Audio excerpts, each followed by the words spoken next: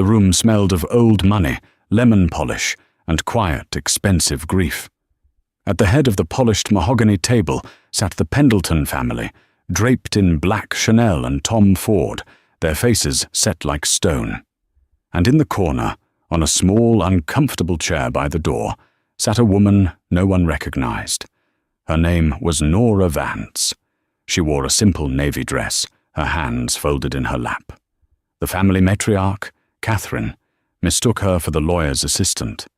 The son, Marcus, assumed she was from catering. They didn't just ignore her, they looked through her. They had no idea that the quiet woman in the corner wasn't just a guest. She was the executioner. The offices of Blackwood, Finch and Associates occupied the 58th floor of the Pendleton Tower, a spear of smoked glass and black steel that dominated the skyline. The view from the conference room was breathtaking, a god's-eye panorama of the city, but no one was looking at it. The air was thick with the suffocating tension that only billions of dollars can create. At the head of the 20-foot mahogany table sat Catherine Pendleton, the second wife and widow of the deceased, Arthur Pendleton. She was a woman carved from ice, her blonde hair pulled into a severe chignon. Her mourning was a performance of impeccable taste, from her black Chanel suit to the single, massive pearl earring, a $2 million bauble Arthur had given her. To her right sat Marcus Pendleton, the heir apparent. At 35, he already had his father's imposing brow and dismissive sneer.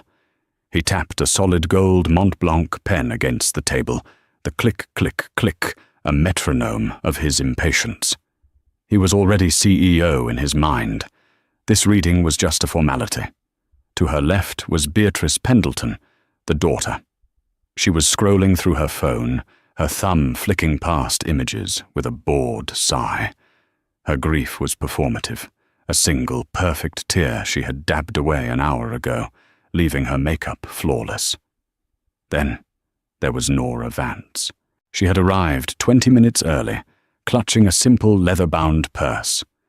The summons had been a shock, a stiff, cream-colored envelope delivered by a courier to her small apartment in Reno, Nevada. She hadn't seen or spoken to Arthur Pendleton in 26 years. Not since the day he'd finalized their divorce, leaving her with $5,000 and a non-disclosure agreement, so ironclad it had functionally erased her from his history.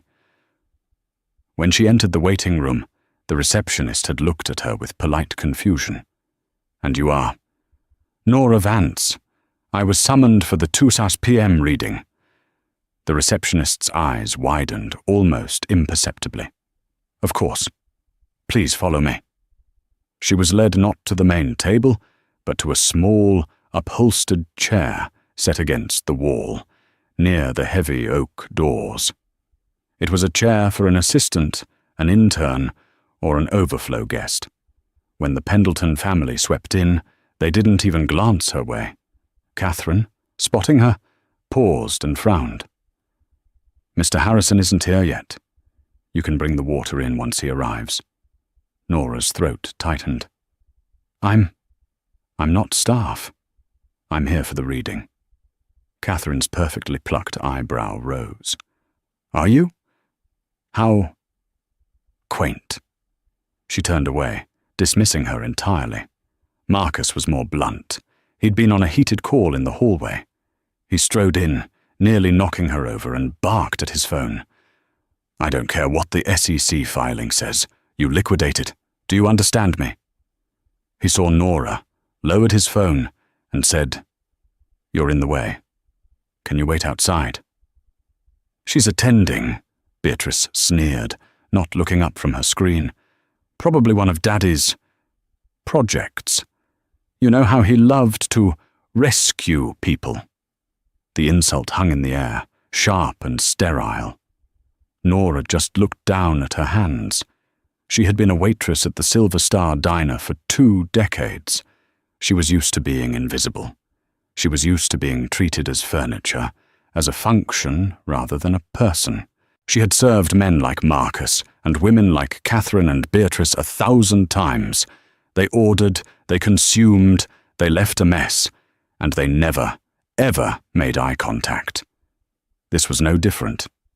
Not yet. At 2:05 p.m., the heavy oak doors opened again, and Mr. James Harrison, Arthur's long-time attorney, entered. He was a tall, gaunt man in a perfectly tailored three-piece suit. His face was neutral, giving nothing away. Mrs. Pendleton, Marcus, Beatrice. He nodded to them. Then his eyes found Nora in the corner. He didn't smile, but his gaze lingered a moment longer, a flicker of something. Recognition. Pity. And Miss Vance, thank you for coming on such short notice. The family turned, their expressions ranging from mild curiosity to open annoyance. Harrison, what is this? Marcus demanded, gesturing to Nora. Is this a joke? We're grieving. We don't have time for interlopers. Your father was very specific, Mr. Harrison said, his voice as dry as old parchment. He sat at the head of the table, placing a thick, leather-bound document in front of him. All parties named in the final testament must be present for the reading. Miss Vance's presence is non-negotiable. Catherine's lips thinned into a bloodless line. Very well. Let's get this over with. The caterers for the wake are arriving at the penthouse at 4. Nora watched them. They were like a painting of a family, beautiful and expensive and utterly cold. They had no idea who she was. To them, she was a relic, a typo, a project. She remembered a different Arthur, a young man with a frantic energy, sketching code on the back of a napkin in her tiny apartment, the apartment she paid for with her waitressing tips. A man who dreamed of changing the world, not just owning it. I will now read the last will and testament of Arthur B. Pendleton, Mr. Harrison intoned, breaking the silence. The room grew quiet. The clicking of Marcus's pen stopped. The family leaned in.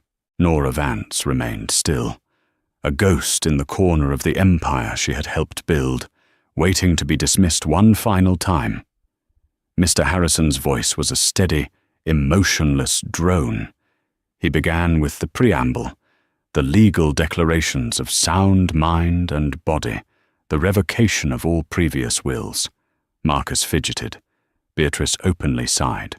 We will begin with the minor bequests and personal effects, Harrison announced. This was the part the family had been dreading. Arthur, in his later years, had developed a mean-spirited, theatrical sense of humor. His gifts were often barbs. To my sister, Eleanor Pendleton Hayes, who has not called me in 10 years but sends a Christmas card to my office without fail, I leave the sum of 50,000, which should be just enough to cover the green fees at her country club for 1 year. Spend it wisely, Elle, Marcus snorted. Stingy old bastard. To the New York Metropolitan Museum of Art, Harrison continued. I bequeath the Argos collection of Greek antiquities, on the condition that the plaque reads, donated by Arthur Pendleton, who believed old things should be admired, not emulated. Catherine stiffened. She was 10 years younger than Arthur, a fact she guarded with scalpels and syringes. This was a clear dig at her. Now, we come to the immediate family, Harrison said, adjusting his spectacles. The three Pendletons sat up, their boredom evaporating, replaced by a hawk-like intensity. This was the opening salvo. To my son, Marcus Aurelius Pendleton. Marcus preened. He loved his full name. I leave my entire collection of Patek Philippe and Vacheron Constantin watches, currently housed in the Geneva vault. Marcus's smile was smug. The collection was worth at least 15 million. A good start, he murmured to his mother. I hope, Harrison read, that in possessing them, he might one day learn the value of time, which he has so frivolously wasted. I also leave him my library of Stoic philosophy, which he shares a name with, but nothing else. I suggest he start by reading the chapter on humility. Marcus's face went rigid. The blood drained from his cheeks, leaving a blotchy, angry red. He can't be serious. Beatrice let out a tiny, cruel giggle, which was cut short as Harrison turned the page. To my daughter, Beatrice Helena Pendleton, I leave my late wife, Catherine's, entire collection of vintage couture and evening gowns, as well as her collection of Birkin bags. I know how much Beatrice admires them. Beatrice beamed. Her mother's collection was legendary. It was the talk of Vogue. Oh, Daddy. It has always been my observation, Arthur's will continued, that Beatrice values the wrapping far more than the gift. She preferred her mother's clothing to her mother's company, so it is fitting she should have them. Perhaps she can now finally stop trying to be an influencer, as she is a terrible influence on everyone she meets. Beatrice's face crumpled. That is vile. And now, Harrison said, his voice dropping slightly, to my beloved wife, Catherine. Catherine shot a venomous look at her children, then composed her face into one of loving, sorrowful expectation. This was it. The penthouse, the stock, the empire. To my wife, Catherine Dubois Pendleton, I leave the following: the penthouse apartment at 740 Park Avenue, and all its contents. Catherine let out a breath she hadn't realized she was holding. For the duration of her natural life. The last 4 words hung in the air like poison. What? Catherine's voice was a strained whisper. A life estate, Harrison clarified, though he didn't need to. The property is yours to live in, Mrs. Pendleton. But you cannot sell it. You cannot mortgage it. And upon your death, it reverts to the estate. He can't do that, Marcus roared, slamming his pen on the table. The prenup said, the prenup, Harrison cut in, his voice like chipped ice, guaranteed her $50 million, which has already been transferred to her account. This penthouse was left at Arthur's sole discretion, and there is one further stipulation. Harrison read, this life estate is granted on the sole condition that she does not remarry. Should she choose to do so, she will have 30 days to vacate the premises, with nothing but the clothes on her back. It was a cage, a beautiful $80 million cage. Catherine was trapped. She was 55 years old, a beautiful, famously social woman. He had just sentenced her to a life of gilded widowhood. He's left me with maintenance? She hissed, her voice shaking with rage. The staff, the taxes, the building fees. That alone is $2 million a year. Arthur, Harrison said, has arranged for a trust to cover the maintenance of the building, but not your personal expenses, not your driver, your chef, or your clothing allowance. Those, I'm afraid, are now your own concern. The room was electric with fury. The family was reeling. They had been publicly, posthumously humiliated. They had been given scraps, beautiful, diamond-encrusted scraps that were designed to hurt them. Marcus stood up, his chair scraping loudly. This is an outrage. He was senile. He was clearly of unsound mind. We will contest this, Harrison, I swear to God. Sit down, Marcus, Harrison said, his voice suddenly steel. We are not finished. What's left? Beatrice wailed. The dog? The wine cellar? What's left, Mr. Harrison said, turning a new page, is the estate itself. He looked past the seething family, his eyes landing on the still, silent woman in the corner. We now come to the primary holdings of the Pendleton Global Corporation, Harrison announced. The 51% controlling interest, the board seats, the executive authority, the liquid assets held in the corporate name, all subsidiaries, international holdings, and patents. The family stopped breathing. This was it. The $42.8 billion question. This surely would go to Marcus. The insults were just Arthur's sick way of teaching him a lesson before handing him the keys. Marcus, thinking this, slowly sat back down, a predatory smile returning to his face. Well, get on with it. Mr. Harrison took a deep, deliberate breath. He looked directly at Nora Vance. All of the aforementioned, my entire controlling interest in Pendleton Global, and all its assets, I bequeath, in its entirety, to Ms. Nora Vance. For 3 full seconds, the only sound in the room was the ticking of a grandfather clock in the hall. It was a heavy, ponderous sound, like a judge's gavel falling again and again. To Ms. Nora Vance. Catherine Pendleton's head swiveled toward the corner, her expression of disbelief so profound it was almost comical. "Who? Did you say Vance?" Beatrice let out a sound like a deflating balloon. "Who is Nora Vance? Is that her?" She pointed a long, manicured finger, tipped in blood-red, directly at Nora. Marcus just stared.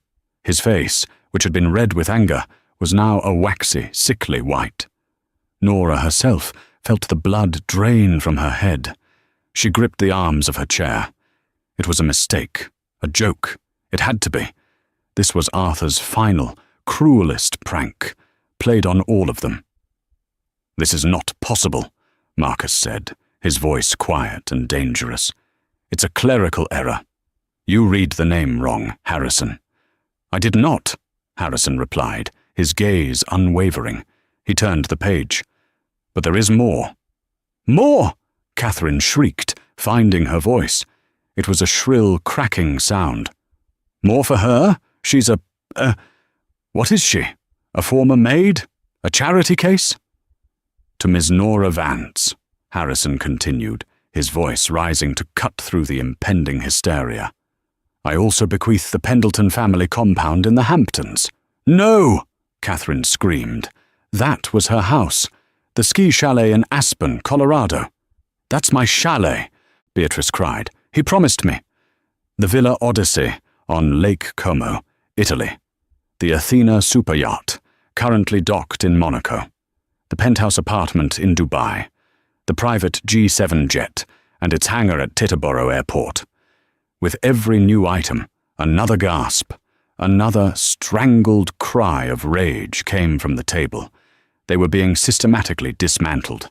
Every symbol of their power, every piece of their identity was being handed, piece by piece, to the invisible woman in the corner. "And finally," Harrison said, "the entire contents of my private vault at Credit Suisse in Zurich, Switzerland, and the entirety of my residual estate, after all debts and minor bequests are paid, also to Ms. Nora Vance." The dam broke. "Fraud!" Marcus roared, lunging to his feet. He grabbed the heavy glass water carafe from the table and hurled it. Not at Harrison, but at the wall just above Nora's head. The carafe shattered, spraying glass shards and ice-cold water all over her. Nora cried out, flinching, shielding her face, as glass tinkled onto her lap and the floor. "Marcus!" Harrison yelled, standing up. "Security!" "You bitch!" Catherine screamed, her icy facade completely gone. She launched herself not at Nora, but at Harrison. "You did this! You conspired with this tramp to steal our money! You'll be disbarred! You'll be in prison!" She clawed at his face, and he recoiled, catching her wrists. "Mrs. Pendleton, control yourself. This is a legal and binding document." Beatrice was just sobbing, her face in her hands. "It's all gone. It's all gone. He gave it to a nobody." Marcus, panting, his Tom Ford suit now spattered with water, pointed a shaking finger at Nora, who was trembling, brushing glass from her modest dress. "I don't know who you are," he spat, "but you will not see 1 cent of this. We will tie this up in court for the rest of your pathetic life. You will be dead before you ever see $1. This is our money. This is my company." "It is not," Harrison said, straightening his tie after pushing Catherine back. The door burst open, and 2 uniformed security guards entered the room. "Mr. Pendleton," Harrison said, "you will resume your seat, or you will be forcibly removed from the premises." "You can't remove me! This is my building!" "On the contrary," Harrison said, consulting a new document. "As of 9 a.m. this morning, upon the certification of Arthur's death, full control of Pendleton Global, including this building, transferred to a temporary trust, of which I am the executor. And as of 5 minutes ago, with the reading of this will, beneficial ownership transferred to Ms. Vance. She is the one who can have you removed." The implication of his words slowly settled over Marcus. The colour drained from his face again. He looked at Nora, truly looked at her. For the first time, the invisible woman, the catering staff. Nora's heart was hammering against her ribs so hard she thought she might be sick. She felt like she was in a dream. The water, the glass, the screaming. It wasn't real. "Why?" Catherine whispered, collapsing back into her chair. Her rage was spent, leaving only a hollow, gaping void. Why would he do this? After 30 years? After everything I did for him? Why? He must have been insane, Marcus repeated, clinging to the word.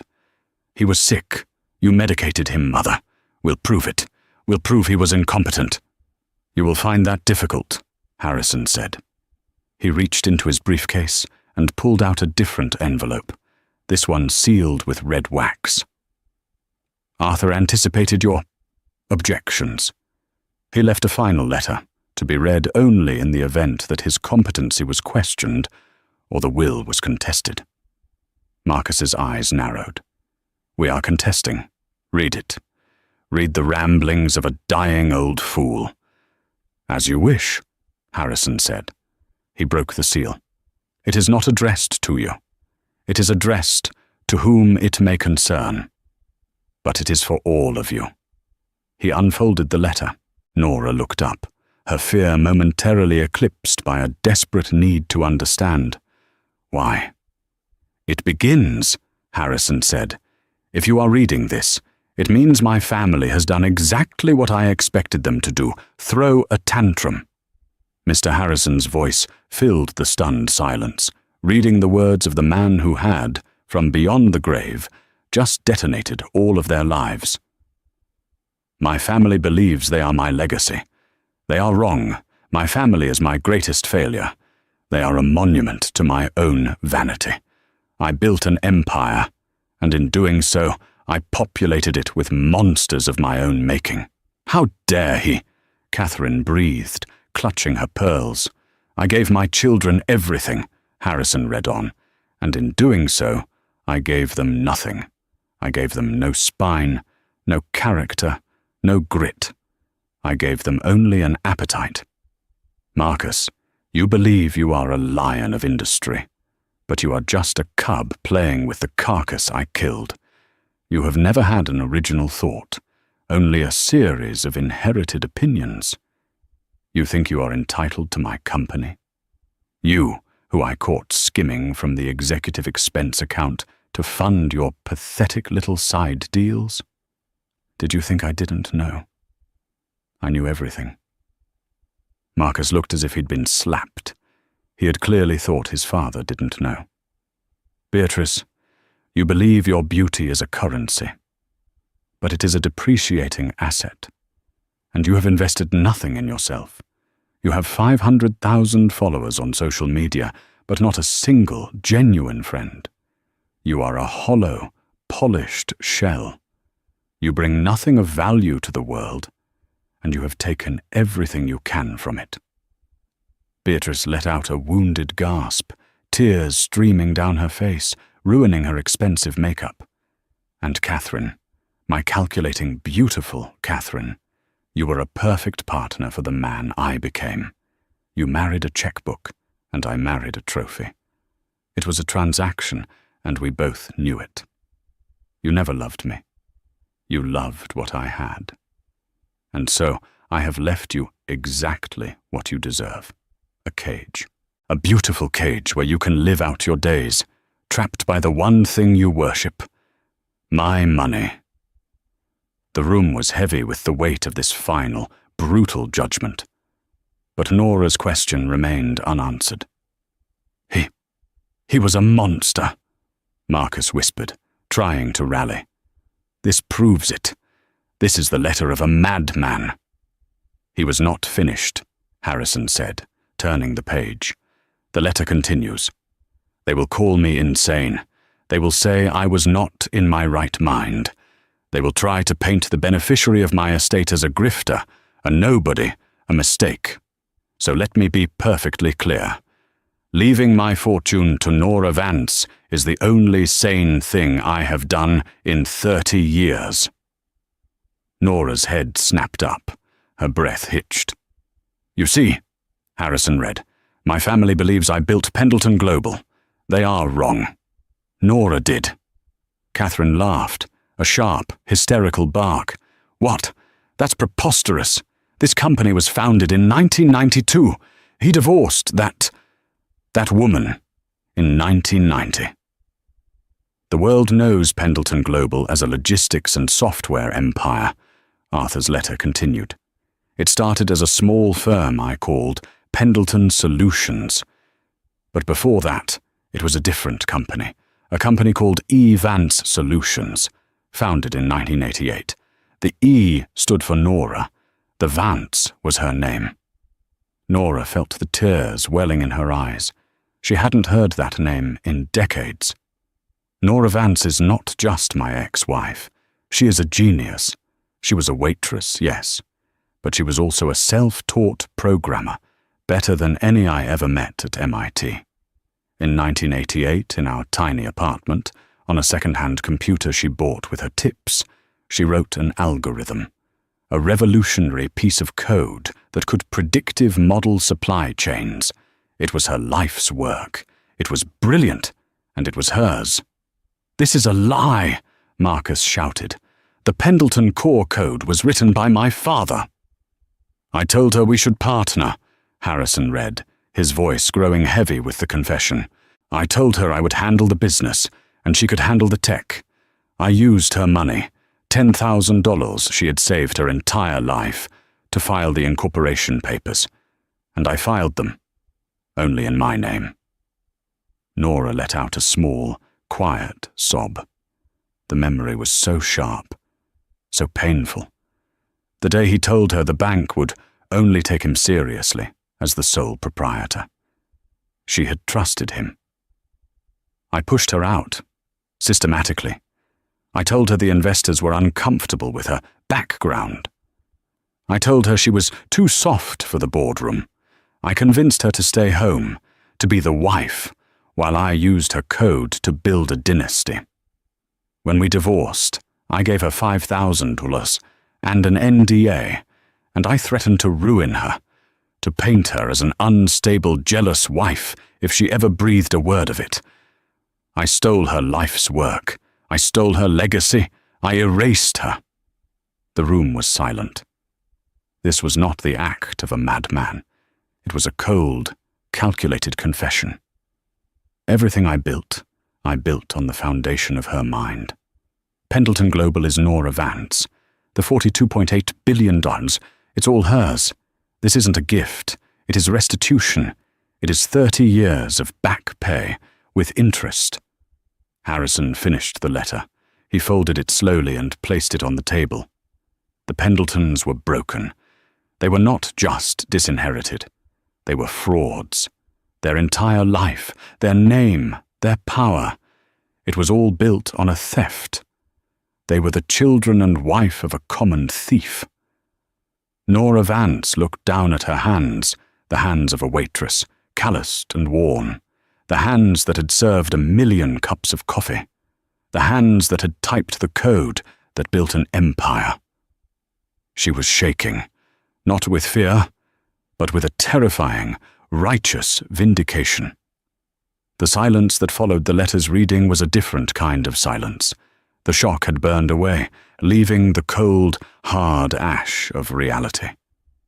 Marcus Pendleton, his face a mask of disbelief and fury, was the first to find his voice. But it was no longer a roar. It was a desperate, grasping hiss. "A letter," he spat. "A letter. That's not proof. It's the sentimental garbage of a guilty old man. It proves nothing. It's just words." "It is a notarized contemporaneous confession, Marcus," Mr. Harrison said, his tone flat. "It is Arthur's own testimony, submitted with the will. It will be given extreme weight in any probate court. It establishes, beyond any doubt, his reasoning and his soundness of mind. He knew exactly what he was doing." "Then we'll prove she exerted undue influence," Marcus shot back, grasping at legal jargon he'd heard on TV. She manipulated him. Came back after all these years, crying, extorting him." Nora flinched. Harrison didn't even look at her. He simply raised an eyebrow at Marcus. "Undue influence? Miss Vance, when was the last time you spoke to Arthur Pendleton?" Nora's voice was hoarse. She had to clear her throat to speak. "January 14th, 1990, the day our divorce was finalized." 26 years, Harrison said to Marcus. "She has been working double shifts at the Silver Star Diner in Reno, Nevada, for 22 of those years. Her bank account, which Arthur and I have been monitoring via a private investigator for the last 5 years, has never held more than $3,000. Her undue influence seems to have been remarkably ineffective. Until today." The private investigator.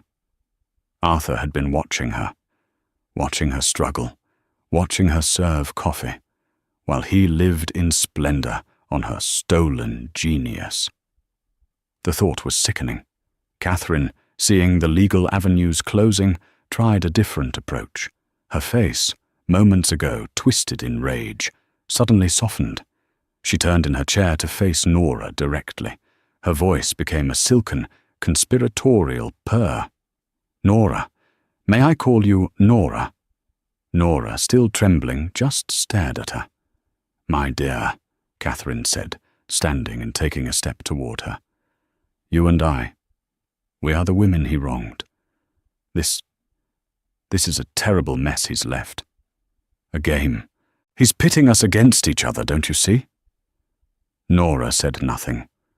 "You are a programmer," Catherine said, testing the word. "You're a technical person. You don't want to run an empire. The board meetings, the hostile takeovers, the 20-hour days. It's a nightmare. It's a burden." She was close now, looming over Nora's small chair, enveloping her in a cloud of Chanel No. 5. "But we know how to do it," Catherine continued, gesturing to Marcus. "It's in our blood. We can help you. Let us run the company for you. We will be your partners. You will be the silent founder. We will give you a stipend, a massive one. $10 million. No, wait, $100 million. Cash. Today. You can go back to Reno and live like a queen. Buy the diner. Buy whatever you want. Just sign the company back over to us, the rightful heirs. We can make this, all of this, go away." It was the offer of a lifetime. $100 million to disappear, to go back to being invisible. Marcus saw the logic. Yes, Mother's right. $100 million. It's a finder's fee. You found what was yours. We buy it back. It's a clean, simple business deal. You don't want this stress. Nora looked at Catherine's desperate, smiling mask. She looked at Marcus's eager, predatory eyes. They still saw her as a waitress. Someone who could be bought. Someone who would see $100 million as the finish line. Nora slowly, deliberately, stood up from her chair. She was shorter than Catherine, but she stood with a new, straight-backed dignity. She was no longer trembling. The water from the broken carafe dripped from the hem of her $40 dress onto the billion-dollar carpet. She looked at Catherine, then at Marcus, then at Beatrice. Then she looked past them, at Mr. Harrison. "Mr. Harrison," Nora said, her voice quiet but carrying the sudden, unmistakable weight of authority. "Please have security remove Mrs. Pendleton, Mr. Pendleton, and Ms. Pendleton from the boardroom." The Pendletons froze. "What did you just say?" Marcus whispered. "I believe," Nora said, her voice gaining strength, "that this is my building now, and you are trespassing. Your business here is concluded. Get out." You can't," Catherine stammered. "Mr. Harrison," Nora repeated, louder. Harrison nodded to the two security guards, who had been standing silently by the door. "You heard Miss Vance? Please escort them to the elevator." The guards moved forward. "Ma'am, sir. This way." "Don't you touch me," Marcus bellowed, swatting the guard's hand away. "You're fired. All of you are fired." "You don't have the authority, Mr. Pendleton," the guard said, his voice bored. He'd seen this before. He grabbed Marcus by the bicep. "This isn't over," Marcus screamed as he was hauled toward the door. "I will destroy you. You'll be back serving pancakes within a month." "You're making a terrible mistake," Catherine cried, grabbing her purse, trying to maintain a shred of dignity as the second guard gestured firmly. "You'll be eaten alive. You need us." Beatrice just ran, sobbing, out of the room. Marcus and Catherine were forced out into the hallway, their threats and curses echoing off the marble. The heavy oak doors swung shut, sealing them out. The room was finally, blissfully, silent. Nora stood in the middle of the room, surrounded by puddles of water and shards of glass. She let out a breath she felt she had been holding for 26 years. Mr. Harrison walked over to her. He pulled a clean, folded handkerchief from his breast pocket and offered it to her. "Miss Vance, are you all right?" Nora took it, dabbing at her wet cheek. I think so." She looked up at the old lawyer. You knew what was in the will." "I helped him draft it," Harrison admitted. "It was a complex process. He's been planning this for 5 years. 5 years, Nora repeated, the number staggering her. "Why?" "Guilt. And, I believe, pride. He stole your work, but I think, in the end, he was angrier that his children couldn't see the genius of it. He was disgusted by what his name had produced, and he wanted, in his own destructive way, to give the company back to the only person who ever deserved it." Harrison gestured to the head of the table. "Please, I believe you're in the wrong seat." Nora looked at the massive, throne-like chair that Catherine had occupied. She walked over to it and slowly, tentatively, sat down. It fit perfectly. What happens now?" Nora asked, looking at the city skyline that was, in a way, hers. "Now," Mr. Harrison said, gathering his papers and placing them in his briefcase, "you are the wealthiest woman in the world, and you have a company to run." He snapped the briefcase shut. "The board," he said, "is waiting for you in the 59th floor conference room. They have been waiting for an hour. They are anxious."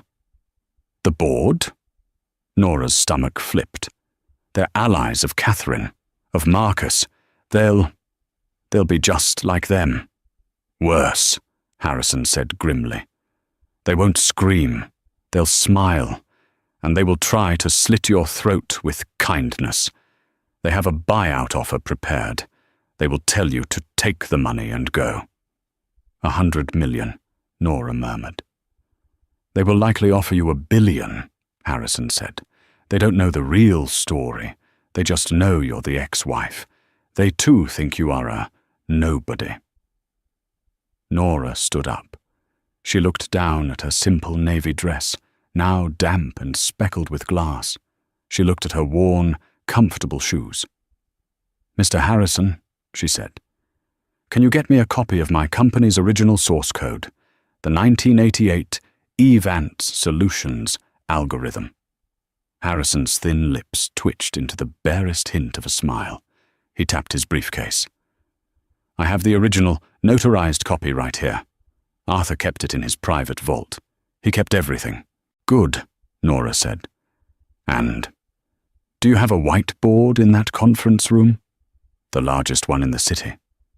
"Then let's not keep them waiting," Nora Vance said, walking toward the door, her heels clicking on the floor with a new, solid sound. The walk from the 58th floor conference room to the 59th floor executive boardroom was a short ride in a private elevator. The elevator was keyed to the CEO. Mr. Harrison used his own key to open it, then handed Nora a new, heavy black keycard. "This is yours now, Miss Vance. It opens, well, everything." Nora held the card. It was warm from his hand. It felt impossibly heavy. When the doors opened, they stepped into a hushed, grey-carpeted antechamber. A severe-looking executive assistant snapped to her feet. "Mr. Harrison, the board is—" She stopped, her eyes flicking to Nora, registering the damp dress and the plain face, and dismissed her. "Mr. Harrison, they are extremely agitated. This is Ms. Nora Vance, the new chairman and CEO of Pendleton Global," Harrison said, cutting her off. "Please hold all calls." The assistant's mouth fell open. She looked like a fish. Nora walked past her, through the double-glass doors and into the lion's den. The boardroom was vast. A 50-foot, U-shaped table dominated the space, facing a wall of floor-to-ceiling windows that looked down on the entire city.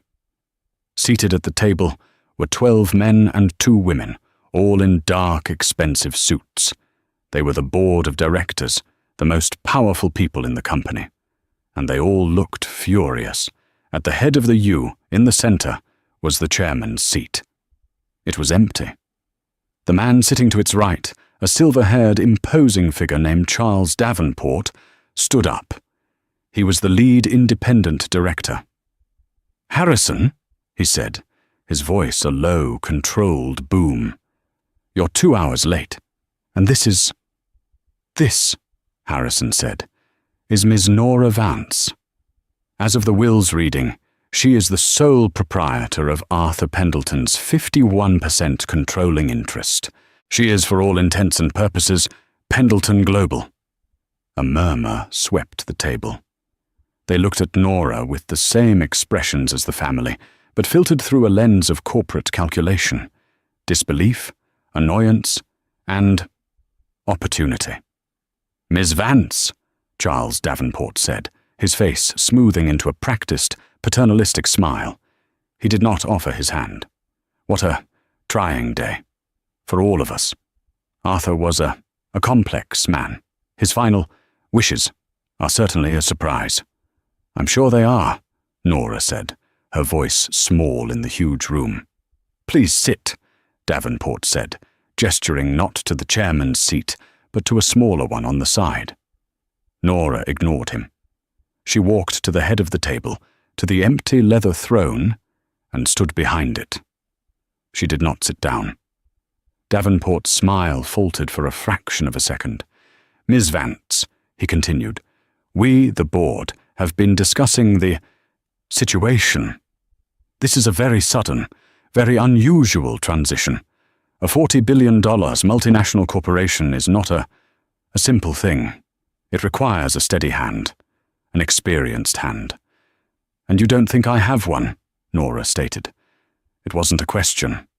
"I think," Davenport said, choosing his words carefully, "that you are an intelligent woman who understands her limitations. You have no experience in corporate governance. You have no background in logistics. You have been out of the workforce in this capacity for some time." "For 26 years, Nora said. "Exactly." Davenport beamed, as if she'd made his point for him. "So, we have a proposal, a generous one that honors Arthur's affection for you, while at the same time protecting the company, protecting your asset." He slid a leather-bound folder across the table. "The board, in partnership with the executive team, led by Marcus, of course, is prepared to offer you a full buyout of your shares." "Marcus has been relieved of his duties," Harrison interjected coolly. Davenport's eyes widened. What? "You can't be serious." "Ms. Vance has already exercised her new authority," Harrison said. "Marcus Pendleton is no longer an employee of this company." The mask of civility on Davenport's face slipped. This was not going to plan. He looked at the other board members who were now shifting in their seats, their cold confidence wavering. "This is irregular," Davenport said. "Get to the offer," Nora said, her voice sharp. Davenport stared at her. "Very well. The board authorizes a buyout at a 10% premium on market value. It comes to $45 billion. Paid out over 10 years. You will be one of the richest people on the planet. You will never have to work again. You will sign over your voting shares to the board, and we will install a new, qualified CEO, and things will continue, business as usual." There it was. $45 billion to go away. Nora looked at the folder. She didn't touch it. "You think I'm a waitress?" she said. Davenport bristled. "I think you're a very, very lucky woman. I am offering you an escape route. Take it. This is a world you do not understand. We will eat you alive." Nora looked at him. Then she turned to the massive, gleaming white whiteboard that took up the entire side wall. She picked up a black marker. "Mr. Harrison," she said, "the file." Harrison stepped forward and handed her a thin manila folder. Nora opened it. Inside were 20 pages of dot matrix printed paper covered in text, the original source code for E. Vance Solutions. She uncapped the marker. The board watched, confused. "You're right, Mr. Davenport," Nora said, walking to the board. "I don't understand this world, the world of backstabbing and buyouts." She started to write on the whiteboard. It wasn't words, it was code, long, complex strings of algorithms. Her hand, at first hesitant, became sure. The marker squeaked in the silent room. "Function predict route, cargo, origin, dest, time frame. Let priority, cargo, priority, time frame, urgency. Let paths, now fetch, active or routes, origin, dest." She wrote and wrote. The board members watched, utterly baffled. "What is this?" One of them, a younger tech CFO, whispered. "Some kind of old COBOL." "It's not COBOL," Nora said, not turning around. "It's a custom language, my custom language." She continued writing, filling the board with lines of dense, elegant logic. "This," she said, finally stopping and turning to face them, "is the Pendleton core code, the algorithm this entire company is built on. The black box that Arthur told you was a family secret. This is the code that runs your entire global logistics chain." The tech CFO was squinting. "That's impossible. The core code is secure. No one's seen it but Arthur and the lead engineers."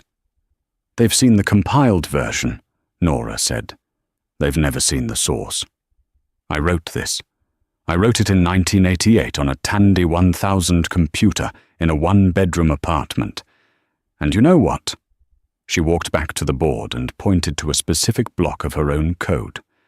"It's obsolete." The room went cold. "It's good," Nora said, "but it's 30 years old. It doesn't account for modern weather pattern modeling, container ship weight distribution, or real-time fuel price fluctuations. It's slow. It's inefficient. This company hasn't been innovating, Mr. Davenport. It's been running on the fumes of a stolen idea." She capped the marker and threw it onto the tray with a clack. "Your business as usual has been costing this company millions in lost efficiency for a decade. You just didn't know it, because you're not engineers. You're— what did Arthur call you? Monuments to vanity?" Davenport was white as a sheet. This is a trick." "Is it?" Nora walked back to the head of the table. "Mr. Harrison, please distribute the new file." Harrison smiled, reached into his briefcase, and pulled out a stack of sleek, bound reports. He handed one to each board member. "What is this?" Davenport said, opening it. "That," Nora said, "is EVANS 2.0. It's the new algorithm, the one I've been whiteboarding in my spare time, on napkins, in my apartment in Reno for the last 10 years. The one that does account for modern data. The one that, by my calculations, will increase profit margins by 12% in the first year alone." The tech CFO was flipping through the pages, his eyes wide with genuine shock. This is revolutionary. The data modeling. It's predictive on a level I've never seen. Nora finally sat down in the chairman's seat. She leaned forward, placing her worn, calloused hands on the polished table. "So, Mr. Davenport," she said, her voice no longer small, "here is my proposal. Your services are no longer required. You are dismissed from the board, effective immediately, as is Mr. Royce, Ms. Tilden, and Mr. Chen." She pointed to 3 of Davenport's closest allies. "You're all fired." "You can't fire the board," Davenport roared. "I can," Nora said calmly. "I am the 51% majority shareholder. I can vote out the entire board and replace them with whomever I choose. I am exercising that right. Harrison has the paperwork. This is madness.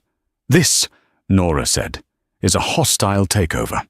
My hostile takeover. The rest of you," she said to the remaining, shell-shocked board members, "have a choice. You can work for me, the real founder of this company, and implement this new code, or you can join them in the elevator." She looked at the stunned tech CFO. "What's your name?" David. David Chen. Madam C. Ms. Vance." "Mr. Chen," Nora said, "you're the new lead director. Organize a meeting with the head of engineering for 8 a.m. tomorrow. We are junking the old code. We're launching EVANS 2.0. This is no longer Pendleton Global." She stood up. "This is EVANS Solutions, and we are back in business." She walked out of the room, leaving a bomb crater of shattered careers and stunned silence in her wake. The first 30 days were a blur of war and creation. Nora Vance, the waitress from Reno, became the most terrifying and enigmatic figure on Wall Street. She lived in the penthouse, not the opulent one on Park Avenue. She'd had Mr. Harrison send Catherine a formal notice to vacate, citing a violation of the life estate terms. Catherine had, in her fury, smashed a priceless Ming vase, voiding the maintenance of property clause. Catherine was now, reportedly, living with her sister in a small condo in Florida. No, Nora moved into the corporate residence on the top floor of the Pendleton, now the Evans Tower, a sterile, glass-walled apartment Arthur had used for other purposes. Nora had the entire thing gutted. She replaced the black leather and chrome with warm woods, comfortable sofas, and bookshelves. But she was rarely there. She spent 20 hours a day in the trenches. Her first act as CEO was to walk onto the 40th floor, the massive open-plan office of the company's top engineers. They had all been hired by Marcus, all young, arrogant men from MIT and Stanford. They looked at her with open scorn. She walked to the head of the room, to the desk of the lead engineer, a man named Kyle, who was known for being Marcus's yes-man. "Mr. Harrison informed me you're the head of this division," Nora said. "That's right," Kyle said, leaning back in his chair, feet on his desk. Big changes. But you don't need to worry your pretty little head about it. We'll keep the lights on while you... whatever it is you do. Nora looked at his screen. He was running a diagnostic on the old core code. Your diagnostic is flawed, Nora said. You're looking for a memory leak in the wrong module. The bottleneck isn't in the data sorting. It's in the I/O request. It's been there from the beginning. Kyle's feet hit the floor. What? No. I've been at this for a week. The sorting algorithm is sloppy. The sorting algorithm is fine, Nora said. I wrote it. The bottleneck is here. She leaned over, her hands flying across his keyboard, typing in a series of commands he didn't recognize. A hidden diagnostic screen popped up. A red line was spiking. It's a buffer overrun trap I built in 1988, Nora explained. It's slowing the whole system down by 4%, intentionally. Why? Why would you do that? Kyle stammered. Because I didn't trust him, Nora said. It was a dead man's switch. If I was ever locked out of the system, I could trigger it remotely, and it would corrupt the entire database. Arthur was a great businessman, but a mediocre engineer. He never found it. She typed another command. The red line flatlined. The system-wide performance meter on the wall jumped 4%. The entire floor of engineers was silent. My name is Nora Vance, she announced to the room. I wrote the core code you all work on, and as of today, we are phasing it out. Anyone who wants to work on eVance 2.0, the new system, is welcome to stay. Anyone who still thinks I'm a pretty little head, the door is that way. Kyle, you're first. Pack your desk. The restructuring was brutal. She cleaned house. Anyone who was a Marcus or Catherine hire, anyone who had gotten their job through nepotism, was gone. She promoted from within, finding brilliant, overlooked women and minorities buried in middle management, people who, like her, had been invisible. The financial world predicted she would fail. Forbes ran a cover story. The Accidental Heiress. Can a waitress run a 40-bidalto empire? The Wall Street Journal called her erratic and destructive. Then, at the end of the first quarter, eVance Solutions posted its earnings. The implementation of her new code had streamlined logistics so fast that it had already saved the company $2 billion in fuel and warehousing costs. The stock, which had plummeted 30% after the will reading, didn't just recover. It doubled. Nora Vance, the accidental heiress, had just made $12 billion in 90 days. Forbes ran a new cover. Waitress or visionary, the genius of Nora Vance. She gave one, and only one, interview to a young, independent journalist who ran a tech blog, not a major network. The journalist asked her, "What about the family? Do you have any comment on Marcus Pendleton's recent arrest?" Nora paused. She hadn't been following it closely, but Harrison had. Marcus, desperate for cash after being cut off, had tried to sell company secrets to a competitor. The secrets he tried to sell were, in fact, part of the old code Nora had intentionally leaked. It was a trap. The competitor was a shell company Nora had set up. Marcus was arrested for corporate espionage. He was facing 20 years. Mr. Pendleton, Nora said, like his father, overestimated his own intelligence. He made his bed. He can lie in it. And Beatrice? Ms. Pendleton, Nora said, is finding out, for the first time, what her influence is actually worth. I'm told she is currently trying to sell her designer handbag collection on The Real to pay her rent. She has been decentralized. And Catherine? Catherine, Nora said, is irrelevant. The final question was the most important. Ms. Vance, you've done it. You've won. You're the most powerful woman in tech. What do you do now? Nora smiled. It was a small, genuine smile. "I'm not finished," she said. "I'm just getting started." 6 months later, Nora Vance stood on the stage of her old community college in Reno.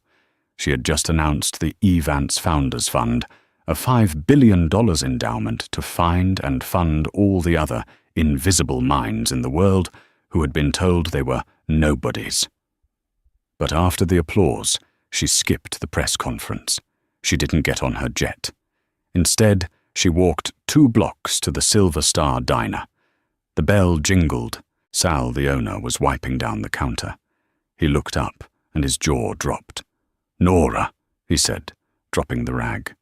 I saw you on TV, the cover of Forbes. They said, you own everything now." "Not everything, Sal," Nora said, sliding into her old favorite booth. She pulled a simple white envelope from her purse and slid it across the table. "You've been renting this building for 40 years. It's time you owned it."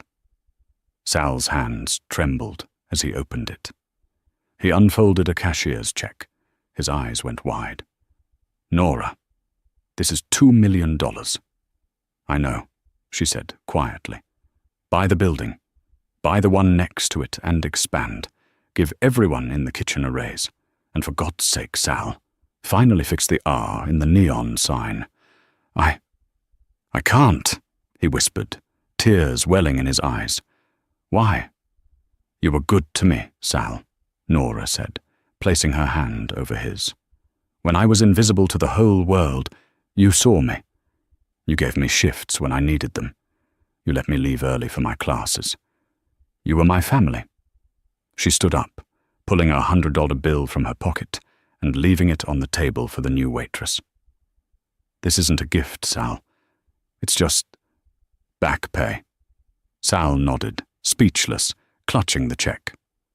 Nora Vance walked out of the diner, the bell jingling her exit. She stepped onto the sidewalk. No longer the ex-wife, no longer the waitress. She was the founder, and she was just getting started. The powerful think they are untouchable. The wealthy believe they are invincible. They build their empires on the backs of the invisible, the forgotten, and the erased. They assume the nobodies will stay nobodies forever. But they are wrong. They forget that the person serving their coffee, the person cleaning their office, the person they dismissed in the corner, might just be the one who built the entire building. Nora Vance's name was stolen from her. Her work was erased.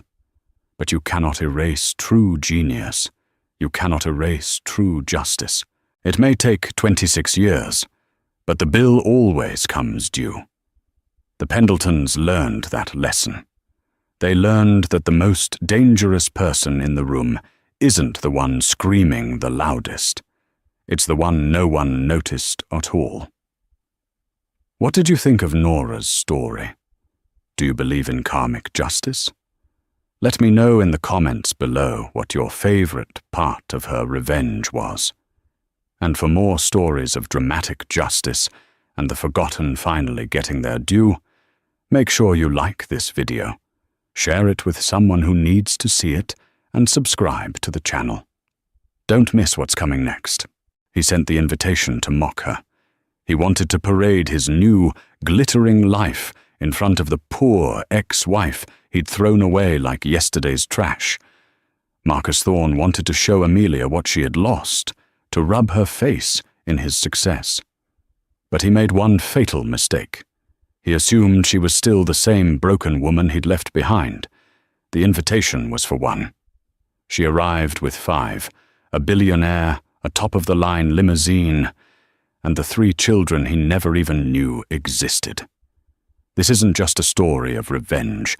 It's a story of what happens when a man who has everything underestimates the woman he left with nothing. The envelope was thick, heavy, and the color of old champagne. It felt wrong in Amelia's mailbox, wedged between a utility bill and a catalogue for children's toys. For 3 years, her life had been a quiet symphony of practicality. She bought generic brand formula. Her clothes came from consignment shops, and her greatest luxury was the 10 minutes of silence after the children were finally asleep. This envelope felt like a relic from another life, a life she had been surgically removed from. Her name was printed across the front in an ornate, swirling calligraphy that she recognized instantly. Amelia Rosewood. He hadn't even used her married name, the one he had been so quick to strip from her. It was a deliberate, calculated slight. She carried it inside her modest 2-bedroom apartment, the one with the slight scent of crayons and baby powder. Her hands, slightly chapped from washing bottles, trembled as she broke the wax seal. A gaudy, custom M&C crest. Inside, the cardstock was even heavier. Marcus Thorne and Clarissa DuPont request the pleasure of your company at their engagement celebration. Saturday, the 14th of October, 7 o'clock in the evening, the Celestial Room, the Vanguard Hotel, New York City. A wave of cold nausea washed over her. The Vanguard Hotel, the Celestial Room. It was the single most exclusive venue in the city, a place where Marcus had once taken her for an anniversary dinner, only to spend the entire time complaining about the understated, read, not flashy enough, decor, and the cost of her sea base. It was a power move, an act of profound cruelty disguised as a social formality. He wasn't inviting her. He was summoning her to witness his ultimate triumph. He had replaced her, the quiet librarian's daughter, with Clarissa DuPont, an heiress whose father owned half of the real estate on the Upper East Side. Amelia's life with Marcus hadn't been a marriage. It had been a performance. She was the project he was always trying to fix. You'd be so much prettier if you just tried, he would sigh, gesturing to her simple cardigans. My colleagues' wives are running charities, Amelia. You're shelving books.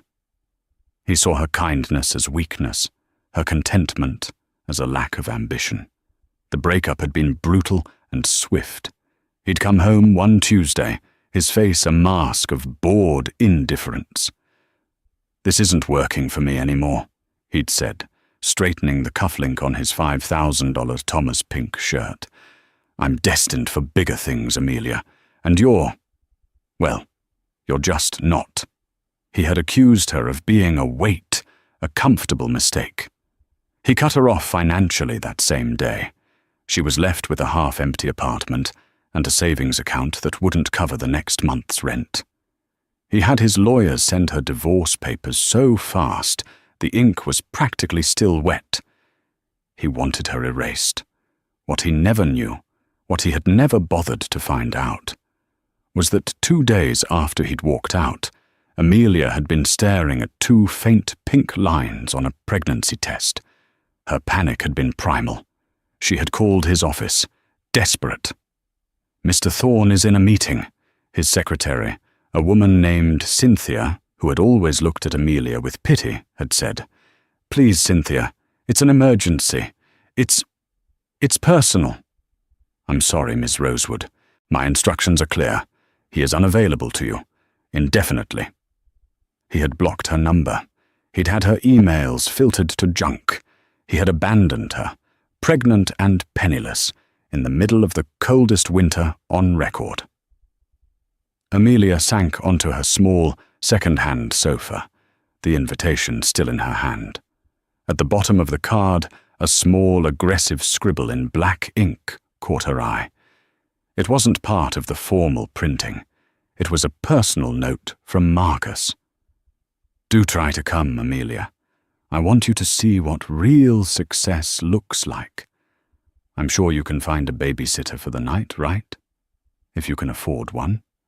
M.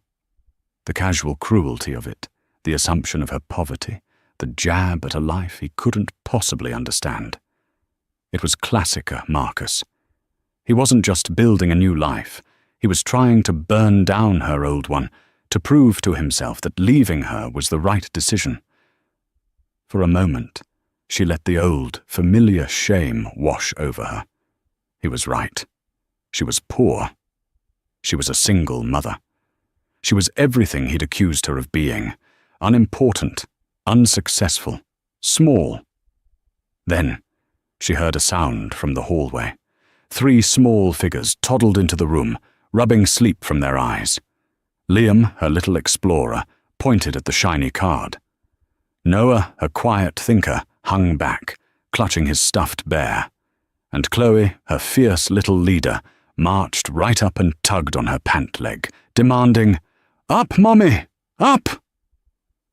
Amelia looked at the invitation, then at the 3 beautiful, perfect faces looking up at her. They were 3 years old. They were her entire world, and they were Marcus Thorne's biological children. The shame evaporated, replaced by a cold, clear resolve. He wanted her to see what success looked like. He wanted her to witness his new life. "Okay, Marcus," she whispered, her voice raw. "Okay, let's go to the party." She reached for her phone, not the cheap, prepaid one she'd had for the first year, but the sleek, modern smartphone resting on the coffee table. She scrolled to a single name, a name that had become her anchor, her protector, and her greatest surprise. She pressed the call button. He answered on the first ring. His voice was calm, deep, and steady. "Amelia, is everything all right, my love?" "Arthur," she said, taking a deep breath. "I need to ask you for a favor, and I think it's time I told you the full story about the triplets' biological father." Arthur Vance was not a man of excess. He was a man of precision. While men like Marcus Thorne collected flashy cars and trophy wives, Arthur collected rare books and funded cutting-edge medical research. He was a silent billionaire, the kind whose name appeared on the Forbes list every year, but almost never in the gossip columns of page 6. He ran Vance Industries, a tech and logistics empire with a quiet, unassuming focus that terrified his competitors. He had met Amelia not at a gala or a charity ball, but at a free health clinic in the Bronx. He was there incognito, visiting a project his foundation fully funded. She was there, 7 months pregnant with triplets, her face pale with exhaustion and fear, volunteering to read to children in the waiting room just to be in a safe, warm place. He had watched her for an hour. He saw her patience, her gentle spirit, and the fierce, protective hand she kept on her swollen belly. He wasn't looking for a project. He wasn't looking for a wife. But he recognized a quality in her that he valued above all others: resilience. He had introduced himself simply as Arthur, a hospital administrator. He'd bought her a cup of tea, and she had told him her story. Not all of it, not the humiliating details of Marcus, but enough. A partner who left, a family that wasn't in the picture, an overwhelming fear of bringing 3 children into the world alone. Arthur had helped. At first it was anonymous. A better, safer apartment was suddenly made available through a city housing program. A check arrived from a non-profit grant for single mothers. A top-tier obstetrician waived her fees. It wasn't until the triplets were born, after a terrifying 36-hour labor, that he finally revealed himself. He had been in the waiting room the entire time. When the nurse asked if he was the father, he had simply said, "I'm her family." He had held all 3 babies, Liam, Noah, and Chloe, before Amelia even had. He had looked at her, his eyes clear and kind, and said, "You are not alone in this, Amelia. I will not let you be." And he wasn't. Their relationship hadn't been a whirlwind romance. It was a slow build of trust, respect, and quiet companionship. He was the father the triplets had always known. He was the one who taught Liam to build with blocks, who sat patiently while Noah explained the difference between a brontosaurus and a brachiosaurus, and who dutifully wore the plastic tiara Chloe insisted made him King Papa. A year ago, on the triplets' second birthday, he had quietly asked her to marry him, not with a gaudy ring, but with a simple platinum band and a promise. Let me give you the security you deserve. Let me give these children my name. Let us be a family, officially. She was now Amelia Vance, a fact she kept intensely private. That evening, Arthur came home not in a flashy sports car, but in his customary, unassuming, black Tesla Model S. He found her in the living room, the children asleep, the invitation sitting on the table between them. She told him everything, the years of emotional abuse, the way Marcus had mocked her, the cold, final dismissal. And finally, she told him about the handwritten note. Arthur read it, his face unreadable. He was silent for a full minute, his gaze fixed on the gold-embossed M&C. He still thinks you are that girl, Arthur said finally, his voice a low rumble. He still thinks you're the one he can kick. He has no idea who you are. He has no idea who we are. I don't know what to do, Amelia whispered, the old fear creeping back. He wants to shame me, Arthur. He wants to line me up and show his new fiancée. See? That's the little mouse I got rid of. Then you will not go as the little mouse, Arthur said.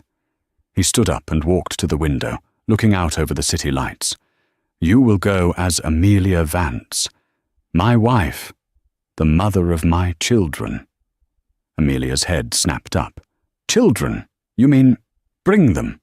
They are his children, are they not? Biologically. Arthur turned, a subtle, cold fire in his eyes that she had rarely seen. He wants to show you what real success looks like. He wants to show you his new life. It seems only fair that we show him ours. But Arthur, that's a declaration of war. No, my love. He came over and knelt before her, taking her chapped hands in his. It is a statement of fact. You are a brilliant, strong woman. You are the mother of 3 incredible children. And you are my wife. He did not get rid of you, Amelia. He fumbled you. He is a fool. And it is time he saw with his own eyes the diamond he mistook for a stone. A feeling she hadn't experienced in years began to fill her chest. It wasn't just resolve, it was power. It wasn't borrowed from Arthur's wealth. It was her own strength finally being reflected back at her. He wants to shame me, she said, her voice stronger. He can't, Arthur replied. He has no power over you anymore. We will go. We will not be cruel. We will not make a scene. We will simply arrive. We will be gracious. We will wish them well. And we will let the truth speak for itself. And the triplets? The triplets, Arthur said with the faintest hint of a smile, are the truth, Amelia. They are the living, breathing, beautiful truth of what he threw away. He stood and pulled her to her feet. Now, I believe we have just over 2 weeks. My assistant Helen will clear my schedule. We have some shopping to do. You can't very well meet the DuPont family in a cardigan. Arthur, Amelia said, a tear tracing a path down her cheek. I'm scared. I know, he said, wiping the tear away with his thumb. But you will not be. You will be walking into that room to close a door, not to reopen one, and I will be beside you, every step. The next 2 weeks were a blur of activity, unlike anything Amelia had ever experienced. It was not the frantic, insecure preparation Marcus would have demanded. It was a calm, meticulous, and empowering process, orchestrated by Arthur with the precision of a military campaign. You are not being dressed up for him, Arthur stated plainly one afternoon. You are being dressed to reflect who you are. He didn't just send her to Bergdorf Goodman with a black credit card. Instead, he made a single call. 2 days later, They were in the private, unlisted atelier of Jolene Marais, a designer so exclusive she didn't have a retail store. She dressed royalty, political figures, and the handful of tech icons she personally respected. Jolene, a stern woman with piercing blue eyes and a severe black bob, walked around Amelia, sizing her up. "Arthur, you bring me the most interesting puzzles," she said, her French accent sharp. "She has the bones of a queen, but she hides. Why do you hide, chérie?" I'm not used to this," Amelia stammered. "No," Jolene said, tapping her chin. "You are not used to being seen. There is a difference." Jolene Marais didn't ask Amelia what she wanted. She talked to her. She asked about her life, her children, her passions. She learned about Amelia's quiet love for pre-Raphaelite art, her kindness, and the steel spine that had held her together. "He wants to shame her," Arthur supplied quietly from a chair in the corner. "Her ex-husband. He thinks she is poor, simple." Jolene's eyes lit up. "Ah, revanche. No, better. Revelation." She disappeared and returned with a bolt of fabric. It was a deep, impossible color, somewhere between sapphire and midnight. "Not black," she declared. "Black is for mourning. Not red. Red is for trying. This is for being. It is the color of the deep ocean. Powerful. Unknowable." For the next week, Amelia was fitted and tailored. The dress that emerged was a masterpiece of understated power. It was a floor-length column of silk crepe that moved like liquid. It had long, fitted sleeves, a modest, strong neckline, and a back that draped low, hinting at elegance rather than shouting for attention. It was the antithesis of the glittery, skin-tight dresses Clarissa Dupont was famous for. With the dress came shoes, simple, elegant heels from Manolo Blahnik. And jewelry. "No," Arthur said, when Jolene's assistant brought out a tray of glittering diamonds. "Nothing borrowed." That evening, he presented Amelia with a small velvet box. Inside, resting on white satin, was a necklace. It wasn't a garish rock. It was a single, perfect, pear-shaped sapphire, the exact color of her dress, suspended from a delicate platinum chain. It was called the Star of the Indus, a legendary stone with a history of its own. "It was in a vault in Geneva," Arthur said simply. "I thought it was time it saw the light. It matches your eyes when you look at the children." Amelia's transformation was more than just physical. With every fitting, with every kind word from Arthur, the hunched shoulders of Amelia Rosewood, the failed wife, began to straighten, revealing the posture of Amelia Vance, the chosen woman. Meanwhile, preparations were made for the triplets. 3 identical, custom-tailored outfits arrived from a children's couturier in Paris. For Liam and Noah, miniature velvet dinner jackets in deep navy with tiny black bow ties. For Chloe, a velvet dress to match with a small cream-colored sash. Their nanny, a kind, no-nonsense woman named Mrs. Birch, was briefed on the evening. "Arthur, isn't this too much?" Amelia asked, the night before the party, anxiety gnawing at her. "A custom Jolene Marais gown, the Star of the Indus, 3 toddlers in couture. He'll think I'm just playing dress-up with your money." Arthur, who was sitting on the floor with Liam building a tower of blocks, looked up. "What he thinks is irrelevant. He invited you to an event at the Vanguard Hotel. You are attending that event, dressed appropriately for your station, my station. He wanted to show you his world. He seems to have forgotten that I own the company that holds the mortgage on the Vanguard." Amelia blinked. You what?" "It's a small part of our real estate portfolio," Arthur said dismissively. "A passive investment. The point is, Amelia, you are not an intruder in his world. He, it turns out, is a bit player in ours. You have nothing to be afraid of. You are not putting on a costume. This is simply you, revealed. He stood and brushed off his trousers. Mrs. Birch will bring the children in the Maybach. We will go in the Rolls. We will arrive at precisely 7:30. We will stay for 45 minutes. We will be polite. We will not raise our voices. And we will leave. The entire operation will be clean, precise, and final. Amelia looked at her reflection in the hallway mirror. She saw the woman she was, not the girl she had been. She was terrified, but she was ready. She was ready to close the door. The street outside the Vanguard Hotel was a chaotic circus of light and noise.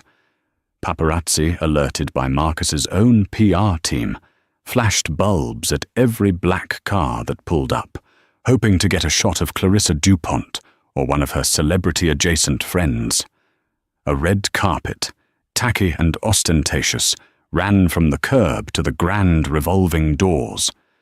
Marcus Thorne stood just inside the lobby, preening in a bespoke Tom Ford tuxedo. His fiancée, Clarissa, was beside him, dripping in diamonds that were slightly too large, her dress a shimmering gold number that left little to the imagination. "Is she here yet?" Clarissa hissed, sipping champagne. "Your little charity case? I'm dying to see what she's wearing. Probably something from a thrift store." "Patience, darling," Marcus purred, kissing her cheek. "The best humiliations take time. She'll show up, probably late, probably looking a mess. It will be divine." He scanned the crowd, a predator's smile on his face. He'd even hired a specific photographer from a well-known tabloid, instructing him to get a good shot of Amelia when she arrives. I want to remember the look on her face. At 7:29 p.m., a yellow cab pulled up 20 yards down the street. Marcus pointed. "Ah, there we are, right on schedule." Clarissa cackled, but the cab drove off. At precisely 7:30 p.m., the frenetic energy on the street changed. The flashing bulbs of the paparazzi suddenly focused, swiveling in unison toward the end of the block. A car was approaching, but it wasn't a taxi or a standard Uber Black. It moved with a silent, heavy grace. It was a Rolls-Royce Phantom, a custom model in a deep, non-reflective black, its windows tinted to an opaque darkness. It didn't just pull up, it glided to the curb, displacing the very air around it. The hotel's head doorman, a man who had seen presidents and princes, visibly straightened his posture. The paparazzi surged forward, sensing a major, unexpected arrival. This was not on their list. "Who the hell is that?" Clarissa muttered, her smile faltering. Marcus squinted. "It's probably just one of your father's business partners, darling." The doorman, his face a mask of professional awe, stepped forward to open the rear door. The first person to step out was not Amelia. It was Arthur Vance. The reaction was instantaneous and explosive. A cacophony of shouting and camera flashes erupted. "Mr. Vance! Arthur, over here! Who are you here with, sir?" "A comment on the Apex deal, Mr. Vance." Arthur Vance never attended social events. He was a ghost, a legend in the financial world. His presence here was a bigger story than Marcus's entire engagement. Marcus Thorne's jaw went slack. His blood ran cold. Arthur Vance, the man whose office he had been trying to get into for 3 years, the man who could make or break his entire career with a single phone call. What was he doing here? Arthur ignored the cameras. He turned, his face softening, and extended his hand toward the darkness of the car. A second later, a slender hand, pale and elegant, emerged and took his. A woman stepped out. She was not the mousy, cardigan-wearing librarian Marcus remembered. The woman who stood before the cameras was a vision. Her sapphire blue Jolene Marais dress flowed around her, a column of pure, defiant elegance. Her hair was swept up in a sophisticated chignon, and at her throat the star of the Indus caught the flashes of the cameras and exploded in a blaze of blue-white light. She was beautiful, poised, and utterly serene. It was Amelia. Marcus felt the air leave his lungs. He didn't understand. This was impossible. This was a nightmare. "No," he whispered. "My God," Clarissa breathed, her eyes wide with jealousy and confusion. "Who is she?" But the spectacle was not over. As Arthur gently guided Amelia toward the door, a second vehicle, a black Mercedes Maybach GLS 600, pulled up silently behind the rolls. A uniformed nanny, Mrs. Birch, stepped out. She opened the rear door. First, Liam toddled out, looking around at the lights with bright curiosity. Second, Noah emerged, holding his bear tightly and hiding slightly behind his brother. Third, Chloe stepped out, immediately striking a pose and smiling for the cameras as if she'd been born for it. 3 identical, beautiful children, all just over 3 years old, dressed in immaculate velvet. The paparazzi went insane. "Mr. Vance, are these your children? Who is the mother?" "Amelia! Look here, Amelia!"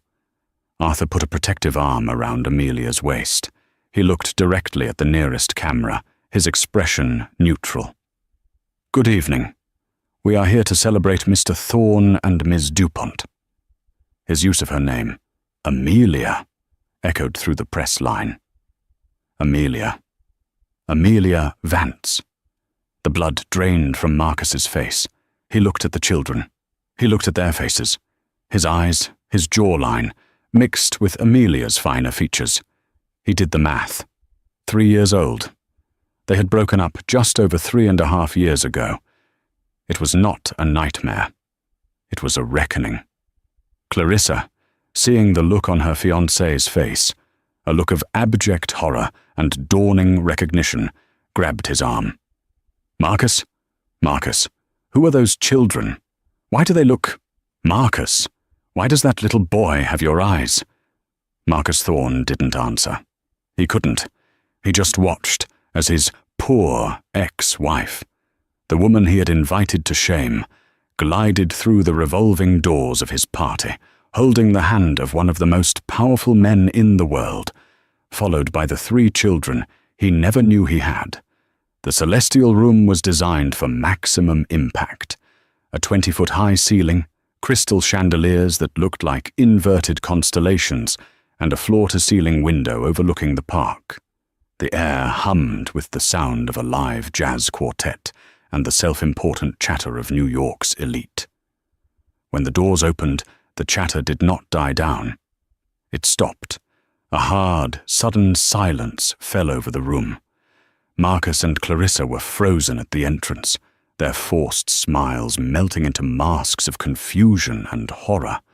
Arthur Vance, Amelia, and the triplets, flanked by their nanny, stepped onto the polished marble floor. Amelia's heart was a hummingbird in her chest. She could feel the stares, over 200 pairs of eyes dissecting her. The old instinct screamed at her to run, to hide, to apologize for existing. She gripped Arthur's arm. "Breathe, my love," he murmured, his voice inaudible to anyone else. "You are not here for them. You are here for you. Walk." And so, she walked. They moved through the room, a silent, powerful procession. The guests parted for them like the Red Sea. Whispers erupted in their wake. "Is that Arthur Vance? My God, look at her. That's a Jolene Mares original. And the necklace. That's the Indus sapphire. Who is she? And the children. Are they adopting?" Marcus, finally jolted into action by Clarissa digging her nails into his arm, stumbled forward. He tried to regain his composure, to paste on his charming host smile, but it came out as a grotesque grimace. "Arthur! Mr. Vance!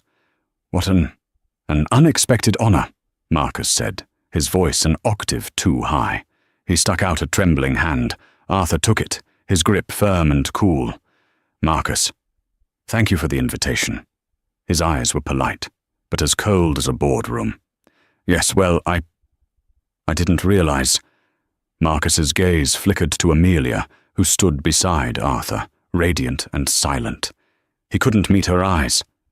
"Amelia," he choked out, You look different." "Hello, Marcus," Amelia said. Her voice was quiet, steady. It didn't tremble. It didn't waver. It was the voice of a stranger. Clarissa, her face pale with fury, stepped forward. "Marcus, darling, you didn't tell me Mr. Vance was a friend." She turned to Amelia, her eyes raking over her dress, the sapphire and the children. "And you must be Amelia. Marcus told me all about you." The insinuation hung in the air, thick and toxic. "I'm Clarissa, the fiancée." "It's a pleasure to meet you, Clarissa," Amelia said calmly. "Your dress is lovely. And this is my husband, Arthur Vance."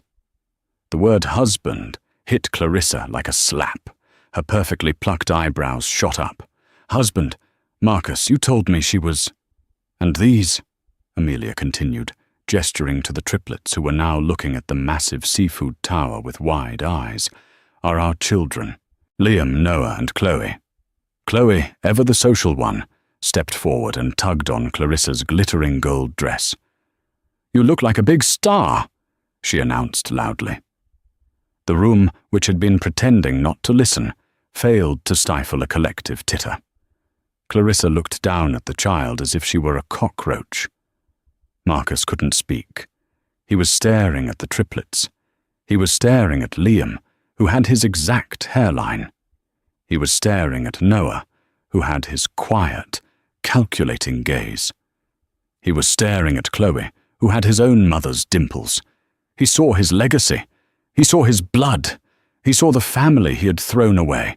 You, he stammered, pointing a shaking finger at Amelia. "How? When?" "Marcus," Arthur's voice cut through, low and sharp, instantly commanding attention. "I believe we came to offer our congratulations, not to disrupt your evening." He turned his powerful, dispassionate gaze on the couple. "May you have a wonderful life together." He placed his hand on the small of Amelia's back. "My love, I believe we should get the children home. It is past their bedtime." "Of course," Amelia replied. She gave Marcus one last, clear look. There was no hatred in her eyes, no anger, no pain. There was only pity, a vast, empty, dismissive pity. That single look broke him more than any scream ever could. As they turned to leave, having been in the room for less than 5 minutes, Marcus grabbed her arm. Not gently. His fingers dug into the silk of her sleeve. "We need to talk," he hissed, his charm gone, his face a mask of primal rage. "Now! Those children!" Before he could finish, Arthur's hand clamped down on Marcus's wrist. The strength was immediate and shocking. Arthur, despite his bookish demeanor, had a grip like steel. "You will unhand my wife," Arthur said, his voice no longer polite. It was a flat, lethal command. Marcus, wincing in pain, released her. The room was deathly quiet. "We were just leaving," Arthur continued, smoothing Amelia's sleeve. He adjusted his own cufflink. "Again, congratulations on your success." He steered Amelia and the children toward the door, Mrs. Birch falling in line behind them. They walked out, leaving a shattered party and a gaping silence in their wake. The moment the doors closed, Clarissa rounded on Marcus, her voice a shriek. "What the hell was that, Marcus? Your success? Your children? You told me she was a pathetic, penniless nothing. You lied to me." "Clarissa, darling, I can explain." "Explain what? That you have 3 secret children with the wife of Arthur Vance, the man my father has been trying to take public for a year, Are you insane?" The party was over. The humiliation Marcus had planned so meticulously had been delivered, but to the wrong address. Marcus didn't wait. He shoved past his furious fiancée, ignoring her threats and the stunned looks of his guests, and sprinted out of the ballroom. He bypassed the elevators, burst through a service door, and clattered down the marble staircase, arriving in the lobby just as the doorman was holding the door of the Rolls-Royce open. "Amelia!" he shouted, his voice cracking. The paparazzi, who were still lingering, went wild. "Marcus! What's happening?" Amelia stopped, one foot in the car. She looked at Arthur. He nodded once, a silent, "I am right here." He turned and spoke quietly to Mrs. Birch. "Get the children into the Maybach, now." Amelia turned to face her ex-husband on the sidewalk, the flashing cameras illuminating the scene like a harsh interrogation lamp. "What do you want, Marcus?" she asked. "What do I want?" He was breathing hard, his face pale and slick with sweat. His Tom Ford perfection was gone. He looked wild, desperate. Those children, they're mine, aren't they? Aren't they?" It wasn't a question. It was a demand. "Yes," Amelia said, her voice carrying clearly in the cool night air. "Biologically, they are yours." A sound, half sob, half gasp, escaped Marcus's throat. The cameras flashed, capturing his devastation. You kept them from me. You hid them. All these years. You were pregnant and you didn't tell me." This was the moment. The accusation she had dreaded. The old Amelia would have crumbled, apologized, taken the blame. The new Amelia did not. "I didn't tell you," she said, her voice dangerously quiet. "I tried to tell you, Marcus. I called your office 2 days after you left me. I called until my fingers were numb. Do you remember what you told your secretary, Cynthia, to tell me? Mr. Thorne is unavailable indefinitely. You told her to block my calls. You filtered my emails to junk. You had me erased." She took a step toward him. He involuntarily flinched. "I was 7 weeks pregnant with your triplets. I was facing eviction. I had no job, no money, and no family, all because you had systematically managed my life and streamlined my finances by cutting me off from everyone. I was selling my old college textbooks on the street to buy crackers so I wouldn't throw up." Marcus shook his head, denial warring with the sickening truth. I didn't know. I would have, if I'd known." "Known what?" Amelia's voice rose, not in hysteria, but in pure, cold fury. "That you had a problem to clean up? That you had a mistake to erase? You left me, Marcus. You called me a weight. You called me unambitious. You threw me away like a piece of garbage because I wasn't shiny enough for the new life you wanted." He had no words. "I went to a free clinic in the Bronx," she continued, her voice relentless. "I was terrified. I was alone. And I was planning to give them up for adoption because I had no way to feed 1 child, let alone 3. That is where I met Arthur. He was volunteering, not as a billionaire, but as a man. He saw me. He saw my pain, and he helped me. He paid for my doctors. He found me an apartment. He was there, holding my hand, when I was in labor for 36 hours, while you were probably in the Hamptons with her." She pointed back toward the hotel entrance, where Clarissa now stood, watching the entire scene unfold, her face a mask of stone-cold rage. "Arthur was there for their first breath," Amelia said, tears now streaming down her face, but her voice never breaking. "He was there for their first steps. He's the one who gets up at 3 a.m. when they have a fever. He's the one who reads them stories and teaches them to be kind. He is their father, Marcus, in every single way that matters."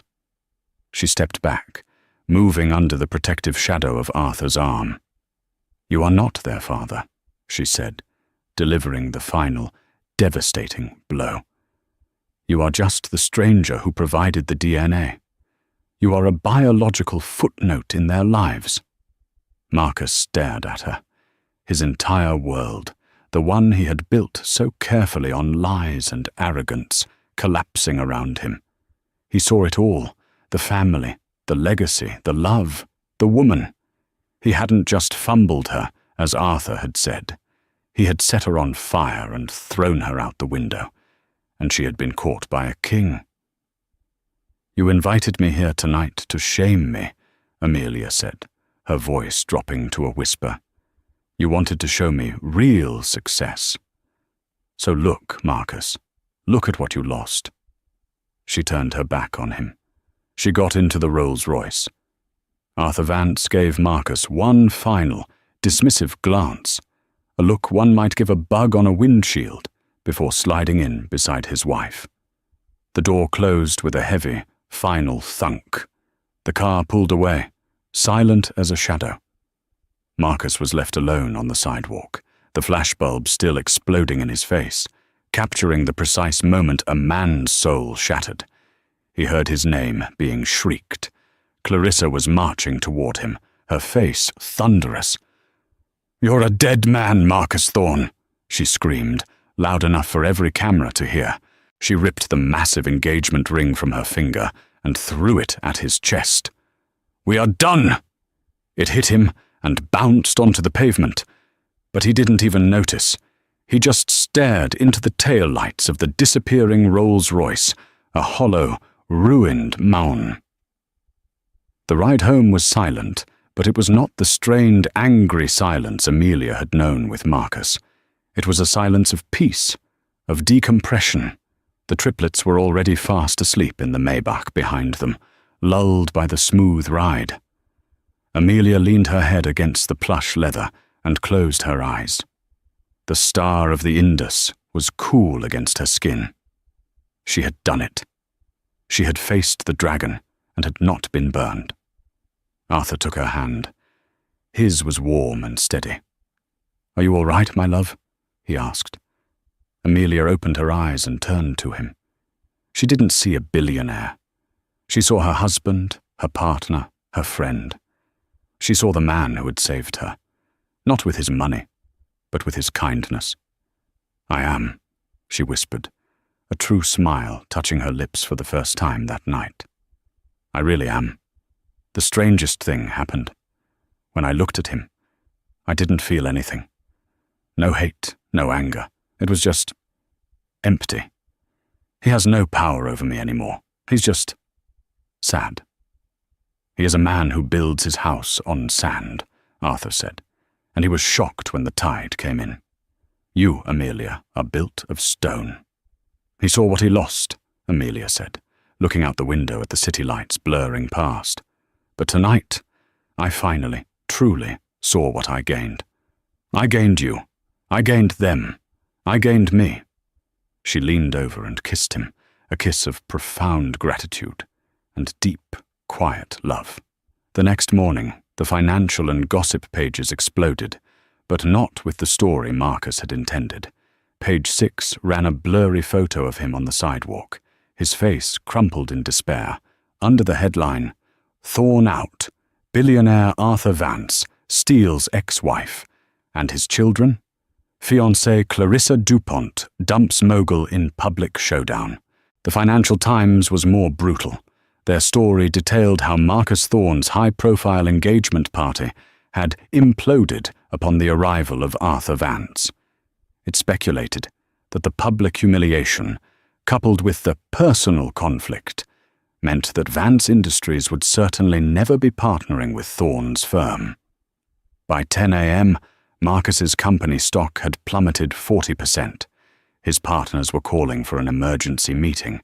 His social and financial ruin was total and complete. Amelia saw the headlines on Arthur's tablet as he drank his morning coffee. She read them, then swiped them away. "Mummy, Mummy, pancakes!" Chloe yelled, running into the kitchen, followed by her two brothers. Amelia laughed, sliding off the stool. "Pancakes it is," she said, tying on an apron over her simple cotton pajamas. Arthur watched her, his heart full. He watched as she herded their children to the table, her face bright with a love that was real and earned. She was not the poor ex-wife. She was not the victim in the revenge story. She was simply Amelia, a mother, a wife, a woman who had walked through fire and had not even a trace of smoke on her. She was home, and she was, finally, completely free. The storm, when it breaks, is often loudest far from its center. For Amelia, life in the days following the party was blissfully quiet. The children, unaware of their roles in the seismic shift of New York's elite, were simply happy the weather was nice enough to go to the park. It was a crisp autumn Tuesday, 3 days after the party, and Amelia was watching Liam and Noah attempt to coordinate a wagon-pulling effort while Chloe directed them from inside the wagon, a tiny, adorable tyrant. The normalcy of it was a balm. The air felt cleaner, the sun brighter. The shadows of her past, which had lingered for so long, had finally, fully, receded. She was so engrossed in their play that she didn't notice the woman approaching until she was a few feet away. Amelia's muscles tensed, a phantom echo of a life spent bracing for impact. "Excuse me," the woman said, her voice soft. She was in her late 40s, impeccably dressed, with kind but tired eyes. "You are Amelia Vance, aren't you?" Amelia stood slowly. "I am. Can I help you?" "Oh, no, dear." The woman smiled, clutching her purse. "I'm so sorry to bother you. My name is Margaret. I saw your picture in the paper. I wanted to thank you." Amelia was genuinely confused. "Thank me for what?" Margaret's eyes welled up slightly. "For your grace. I read about what happened. The gossip columns are awful, I know, but this was different. I left my husband 20 years ago. He was a man like yours. He tried to ruin me. He told everyone I was crazy, that I was nothing without him. I've spent 2 decades feeling small." She took a shaky breath. "And then I saw you, standing there with your children and your new husband, looking so strong. You didn't scream, you didn't make a scene. You just were. You gave my 20-year-old self the ending she never got. So, thank you." Amelia was floored. She reached out and touched the woman's arm. I don't know what to say. I'm so glad you found your own peace." "I am now," Margaret said, dabbing her eye. "You have a beautiful family. You enjoy them." She smiled once more and walked away, leaving Amelia standing by the sandbox, rocked by the realization that her most private battle had become a public symbol of empowerment. That evening, Arthur came home and found her on the terrace, watching the sunset. He kissed the top of her head and handed her a glass of wine. "You're pensive," he said. "A woman recognized me in the park today," Amelia said, relaying the story. "It's strange, Arthur. I spent so long just trying to be invisible, and now you're a symbol," he finished gently. "It's a heavy burden if you let it be.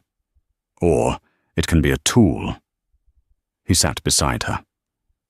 "Speaking of which, I received a phone call at the office today. Or rather, my assistant did. From a woman named Cynthia." Amelia's head snapped around. "Cynthia? Marcus's secretary." "His former secretary," Arthur corrected. "She was part of the significant downsizing at Thorn Investments this morning. She wanted to pass a message to you. She was afraid to call you directly." Amelia's wine glass stopped halfway to her lips. "What did she say?" "She wanted you to know that she's sorry," Arthur said, his voice level. She said she was always so ashamed of how she treated you. She remembers your call, the one you made after he left. She said you were crying, and you whispered to her that you were pregnant. She said she knew Marcus would fire her if she put you through, but she tried anyway. Amelia's heart hammered. She told him? Yes. She waited until he was in a good mood after landing a big account. She went into his office and said, "Mr. Thorne, I know you gave instructions, but Amelia called. She said it's a dire emergency. Sir, she said she's pregnant." Amelia held her breath. "And?" Arthur's eyes grew cold, and his reply, according to Cynthia, was, "Cynthia, I will only say this once. If you ever bring that woman's name up in this office again, I will personally see to it that you are blacklisted from every financial firm in this city. She is a ghost. She does not exist. Am I clear?" Amelia let out the breath she'd been holding, a long, ragged sigh. It was a strange, dark, and final validation. The last nagging, "What if?" The tiny, insidious voice that whispered, maybe he just didn't know, was finally, brutally, silenced. It wasn't ignorance. It wasn't a mistake. It was a conscious, malicious, and total abandonment. "She wanted you to know," Arthur continued, "that he knew, and he chose. She's been carrying that for 3 years. I took the liberty of having my HR department reach out to her. She starts on Monday in our logistics division.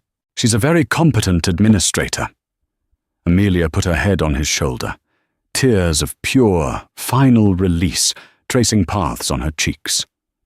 "Thank you," she whispered. Across town, Marcus Thorne was also receiving a phone call. He was not on a terrace.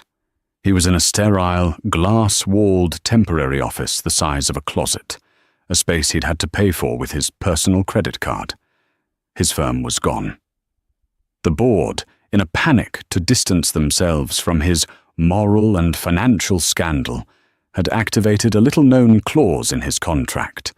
They'd bought him out for pennies on the dollar, citing actions bringing the firm into disrepute. "No, I understand," he said into his phone, his voice scraping. "I understand.